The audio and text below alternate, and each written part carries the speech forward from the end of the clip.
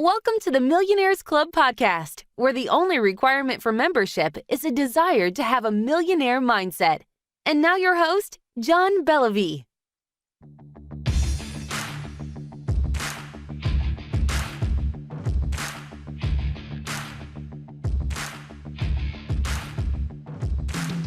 Okay, good evening, everyone, and welcome to the Millionaires Club. I'm here with my partner, my amigo, my friend who just had a birthday, Larry Kozin. Hey, John. Happy birthday. And my goodness gracious, I always say, man, you don't look any older. If anything, you're in better shape now than you have been in years. You look phenomenal. Oh, thank you. I'm sure your wife tells you that all the time. My head's big enough already. I don't. She doesn't tell you. Okay. She doesn't. She wants to deflate the ego a little bit. Oh yeah, definitely. It's good for me. Yeah, we just did she put something on Facebook. You may have seen it. It was, it's one of these things that you do on Facebook where you can actually, it created like a sign, and the sign had something to do with, oh, you're a player. Well, I'm your coach, something like that. And like when I first saw it, I was like, how dare she? You're not my coach. I'm your coach. And then it just kind of hit me. I said, you know what? She is my spiritual coach. And then she shared a video with me from Dr. Friedman, Rabbi Friedman, actually. And it was just like a life changer. And so when she posted that, I said, thanks, Coach, because that video, changed my life. And I know you had a chance to meet him and, did a podcast with him. That was just incredible.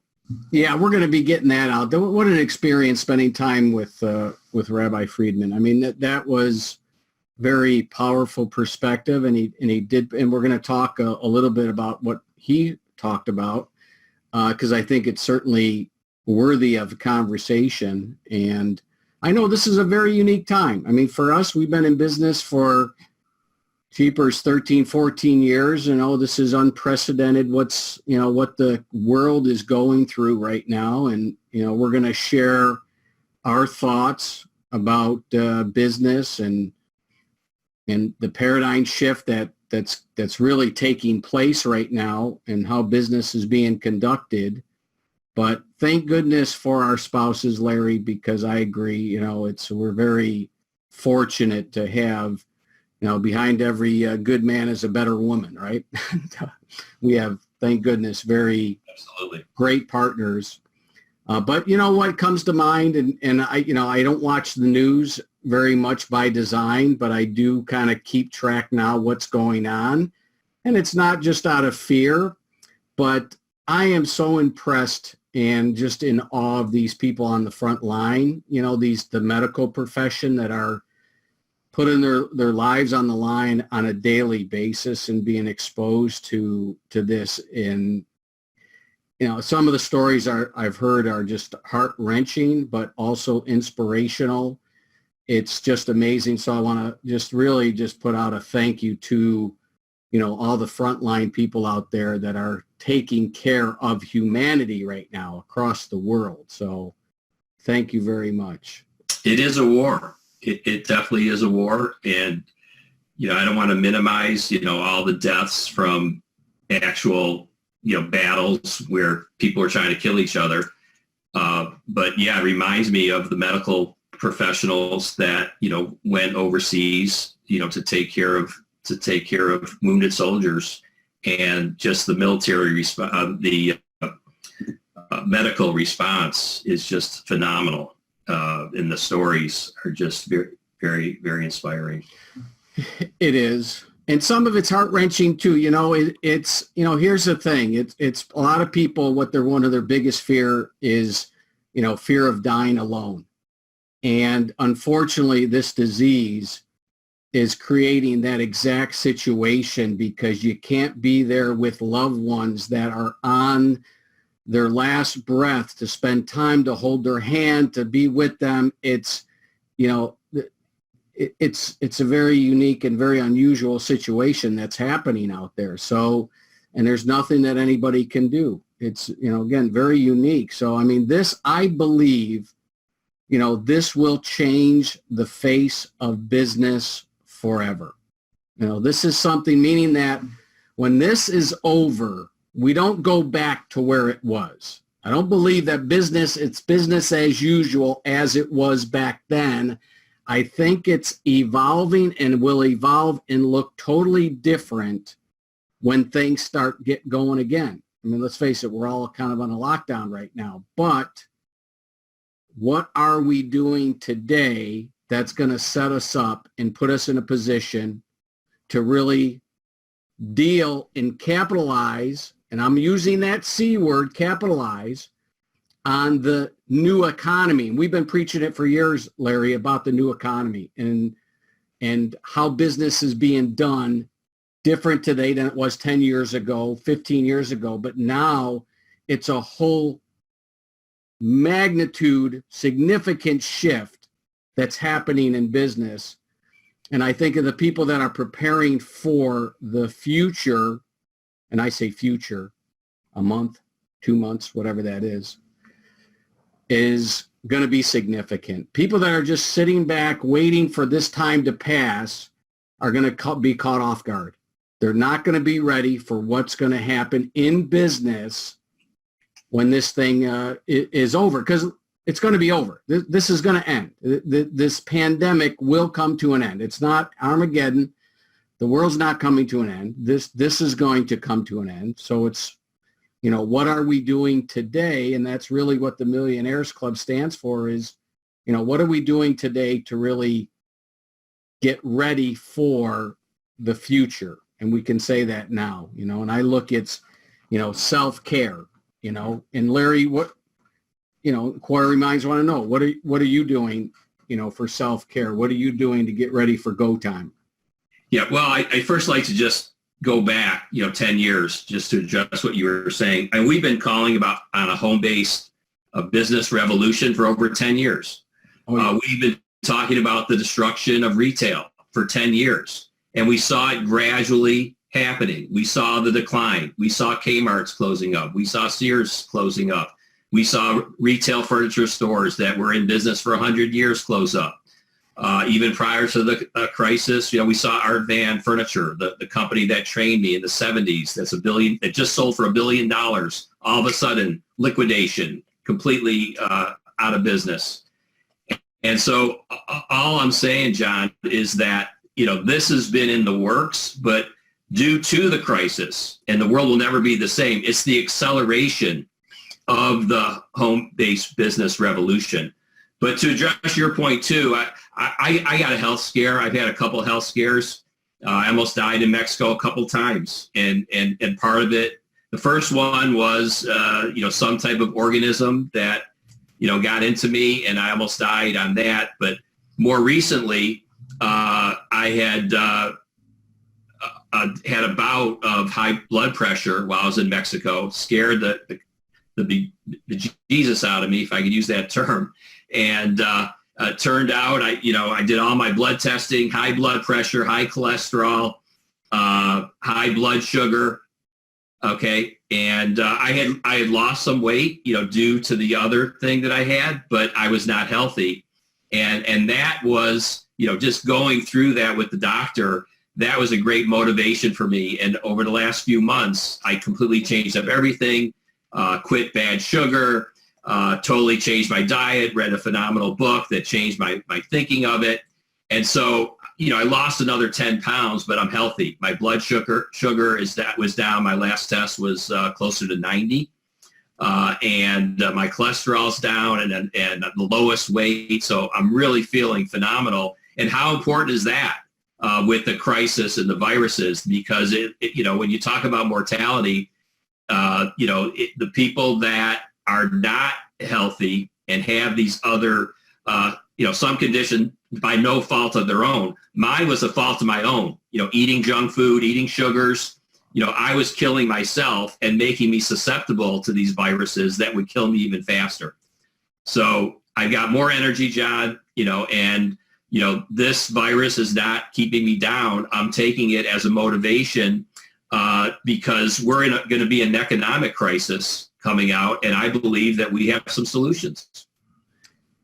It is. And one thing, Larry, that I picked up from you over the years, and it's rubbed off, and I've made a conscious effort to really feed my mind with positive stuff, because for years, for me, it was all about, I was on the other side. I mean, for me, it was the glass was half empty, and my goodness, who drank the other half? And, today I look at the glass is half full, and you are probably more than anybody I know solution oriented. So unfortunately, me like you, waited till health issues to get serious about health. And I think most people do that. They don't get healthy until, I don't know if that's human nature or not, but when you're faced with your own mortality, that it's either you correct something or you meet your maker, you make some significant changes. And that's exactly what you did. That's what I've done. And today I get to live a healthy life and a healthy lifestyle. And the people around me, we look in the same direction, share the same vision.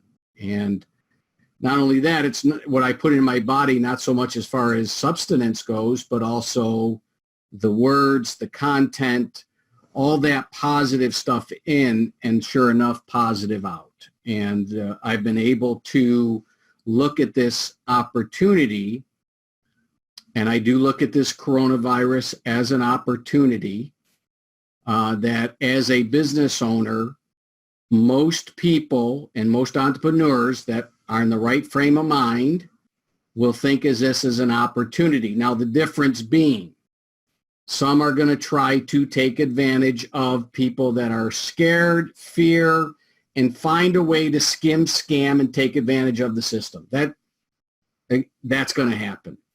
But I think that there's that other side of people that can make a difference, have an impact, and really go out there and influence and help many people. And that's really where we align, Larry, and where we have a team behind us that realize that it is time to get to work, not only on ourselves, but that's going to spill over into our professional life and be able to empower and have a positive impact on many people. Because what you alluded to, we said for a long time, probably the last 5 years, the home-based business industry was on the verge of erupting. We projected home-based, first of all, 70% of Americans, if they could replace their income, would leave tomorrow. Well, people realize now that there's no such thing as job security. This pandemic has done nothing but instill a sense of urgency that now's the time more than ever to get in business for myself, where I'm not reliant on some other corporation or the government to sustain me, because I can assure you the home-based businesses, the businesses with low overhead, are going to do just fine. They're going to be fine. They're going to come out on the other side of this. They're going to evolve. They're going to get better. They're going to get stronger. So what we're looking at is an opportunity to empower that entrepreneur that wants that sustainable business to work from home, to spend more time with family, to live right, because I truly believe this pandemic has done nothing but brought us back to the basics of what really is important. What's important? Well, is it the status? Is it the car? Is it the big house? People realize, forget about all of the substances. That has nothing to do with success. Success, in my opinion, and you can certainly talk about your interpretation of success, it's how you impact and how you have an effect on others. And that starts with your family, and it goes beyond that. Anybody that you work with, come in contact with, and what we're looking for is solutions to really help people. And that is the entrepreneur that's going to do extremely well in this true new economy that we're not going to recognize, that nobody's going to recognize. The new world, I'm going to say it's the new world, is upon us. Life as we know it has changed forever. No doubt. And through adversity, there's just so much opportunity. And my definition of success, if we'll use that word, certainly I know a lot of rich people. I grew up in a very wealthy, Jewish neighborhood. I know a lot of rich people, very unhappy people. Mm-hmm. I look at joy, peace of mind, feeling good about yourself, honesty, integrity, love, that is, that's the true success. But, money, is, could be right up there with air, because money and having some wealth, and it basically allows you to have the freedom to be able to live the life that you want, to spend more time with your family. How many people are making six-figure incomes? And because I did it, I did it in the 80s. I was working 7 days a week, making a lot of money in the furniture business. And, I missed my kids growing up. I mean, how blessed are we for 10 plus years?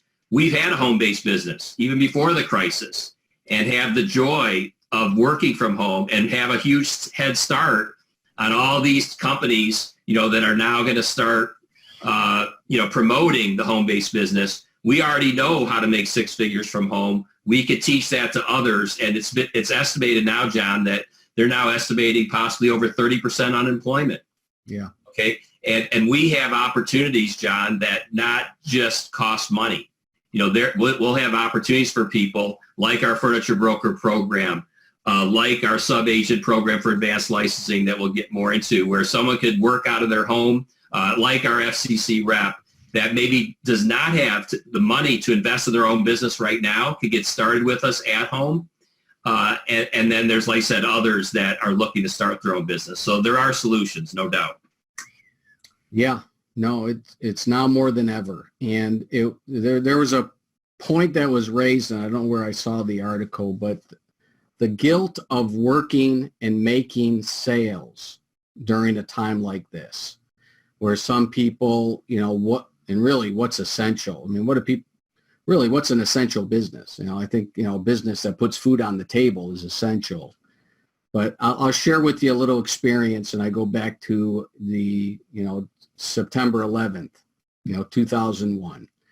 And at the time, and to me that was a world ago, but I was a commodity broker. I had a commodity firm in Las Vegas. And as soon as I woke up in the morning to the news, my first thought was the oil markets. We were in the gas oil markets. We were in the, my first thought was, okay, how are the market's going to react, and how do I capitalize on this disaster?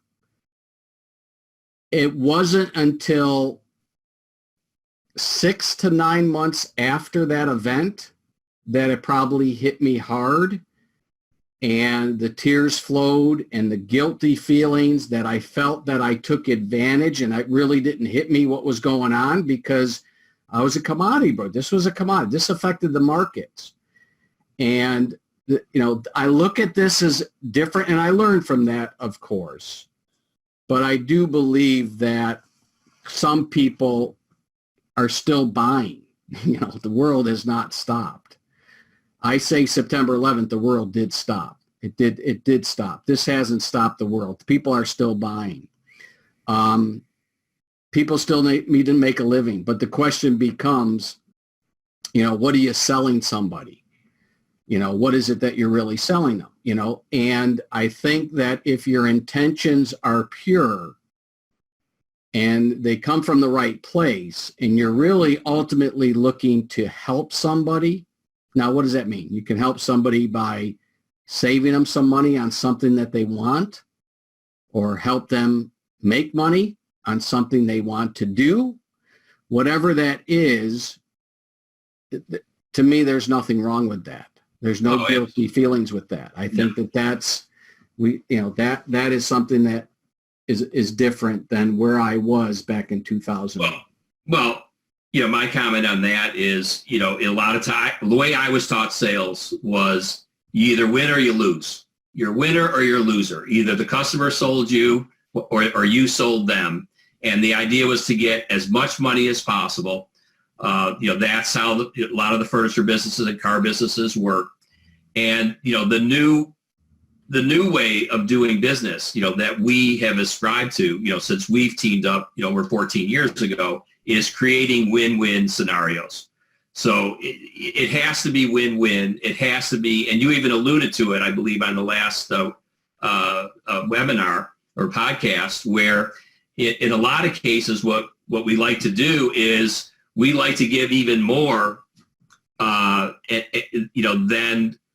what we're getting, and really tip the scales to really make it a win for the buyer, and not try to maximize, how much you can get out of that buyer. And just the whole concept that we've always ascribed to, even from our chamber days when we used to have a free membership, and we talked about give first without any expectation of anything in return, and it would come back. It's words, but we've lived it for the last 14 years, and I'm just excited about what's happening with this whole new world, that we're venturing into, is just giving, and the more we can give, I like to call it philanthropic entrepreneurialism, There's a word. two words, where we could actually do good in society. Like when Angie and I went down to the orphanage and brought mattresses down there, it just felt way better than making a sale. Right. Good point. Well, you know what I see happening, and I think we're going to see a number of changes, but one thing I believe will have an impact on everybody is, I think, patriotism and keeping jobs, products within the U.S., I think is going to be more pronounced, if that's the right word, now more than ever. Because here's what happened. I look at the furniture industry, and that's what I have kind of is everything, all corporate conglomerates, the greed, they shifted everything off the U.S. soil to other lands to do it for cheaper, to pad the pockets of Wall Street and the shareholders. And it had an impact. I think people will realize that, we need to keep this in the U.S. and it really bodes well for our whole message. It is about made in the USA. I think that's going to mean a lot more on this new world moving forward. Oh, no doubt. We've been calling on the boycott of Chinese furniture for 2 years, before the crisis, before the tariffs, before anybody realized that we were even at a war with China, in whatever definition of war is, because especially in the furniture space, it's just not even a good deal. They basically copy designs. They make it look good on the outside. It's counterfeit. And usually most counterfeits, it's not as good as the real thing. People counterfeit gold. It's not gold. Doesn't hold up like gold. People counterfeit furniture where they make it look good on the outside. It lasts a year or two. So even before all this, I think there's an awareness now, and all the pollution that's coming over on the container ships. Literally millions of tons of dirty fuel poisoning the environment. And so, just in the last, year, we've had a strong emphasis within the Ideal Furniture family of the Made in America story. So no question that definitely resonates. And that's part of what we do. The conspiracy theorists are out in full force, and they're saying that this virus was put together by the Chinese government and implanted and, to have an effect on the world economies because they want to own the world. And they're looking to buy up stock and property at discounted price. I mean, I've heard that theory. I mean, it's people run wild with that stuff. And, my understanding is it came from a bat or some type of animal, and whatever the case may be.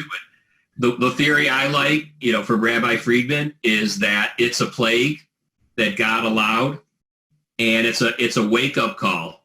It's a wake up call to change our ways, to be less materialistic, to be more family oriented, to bond with family at home, to be kinder to others, to rally around, and go out there. It's going to pass. That's the other message he had, was a very positive message that we're going to come out of this in a much better shape for our soul.